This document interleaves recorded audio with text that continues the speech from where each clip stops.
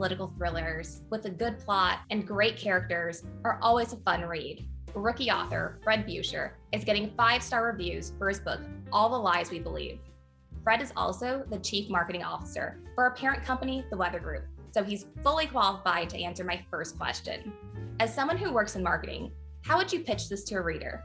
Well, Bianca, first, thanks for having me here. And I think you did a great job. Look, if you love page turners, if you like action, if you like thrillers with good characters, put in kind of challenging circumstances and kind of a plot that's kind of ripped from the headlines, so to speak, and you want to looking for a great beach read or going away, flying on a plane, I mean, that's exactly what All the Lives We Believe is about. I love reading that stuff, and I think many people do. And that was, the goal when I was writing this, is to create something that was fun and engaging and for people to read.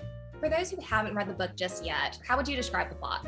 It's the story of a hard-charging executive. It's kind of a fun, fast-paced read that takes place in New York. And in order to, get to the next level, he proposes this idea of a big acquisition by the country's largest media company. And then he's put in a situation where he has to work against the clock. And all while this conspiracy kind of stretches up to the highest levels of government. Very ambitious, powerful human beings, men and women, and put in a challenging circumstance, and kind of what happens when they're brought together that way.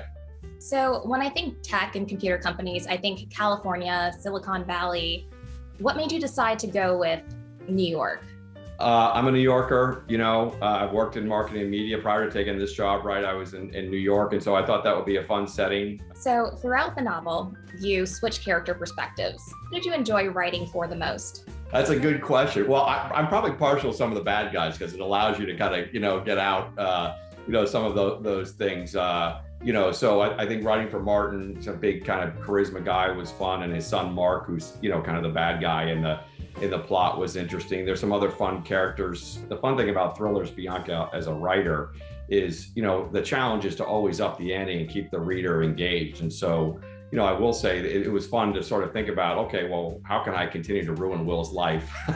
As we kind of go through, make the, kind of raise the stakes, kind of make it harder and harder. It's kind of like, as soon as we get close to the end, well, now you got to do this, right? I will say I tried to make the characters, have some depth. Nobody is necessarily, a cartoon character, kind of a superhero, and nobody's necessarily sort of, a super evil character. So what inspired you to write the story? I've been reading thrillers. I travel a lot for my work over the last 20 years, Bianca, and it's how I relax, on planes and trains and so forth. I read so much in the genre and I was familiar with it. Again, as a new writer, they say kind of write what you know, write the kind of book that you would like to read. And so that's what kind of got me going. And again, having worked in marketing and media, been involved in my current companies that have been taken over. If you're going to try to do something like this, I wanted to write in an environment, in a genre that, I was comfortable with and that I enjoyed. Since the story has a lot of twists and turns, how much of it did you write beforehand before you started writing? That's a good question. I started out with probably about 75% of it outlined. I sort of had the characters and where I wanted to go. I kind of got lost. And so I stopped, but then picked it back up again. So I finished then the outline. I knew what the ending was. And then I found it just, it was easier then to focus on today. I just have to write this one particular scene. I didn't have to worry about where it was going to go because I knew that. So for me, I learned a lot about the process, kind of the craftsmanship, if you will, of writing, in the story, because I wasn't sure where it was going to end up. Between your day job, blog, and family life, how did you find the time to write a book? For years, I live in Connecticut and I would commute to New York. I'd spend a lot of time traveling. I might spend 3+ hours a day moving from point A to B, wherever I was going. When you're working remote, you don't have that anymore. So I really said to myself, look, if I can't find time to do this now, when I'm not traveling like that, then, when am I ever going to do it? So I kind of put some, motivation, say, look, now's the time, take advantage of it, because you don't know how long this is going to last. And so that's how I approached it. A lot of reviewers are asking for more. Do you have plans for a second book? I am. I'm working on another one right now.